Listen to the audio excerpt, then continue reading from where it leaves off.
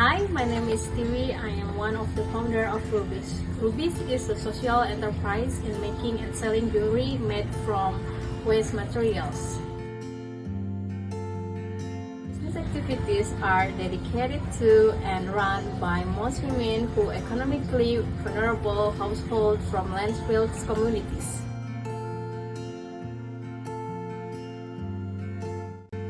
The main point of this activity is to provide better employment for them, as most of them work to sort and separate waste material with a little amount of payment.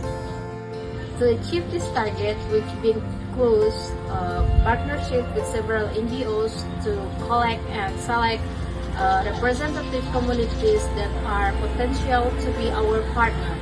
We also promote gender equality by giving opportunities to women in the form of skills that required to support family income. The skills and the tools that are required for accessories productions are simple and easy to acquire. And some of our revenue is allocated for helping some communities in need. We believe we can amplify this impact together.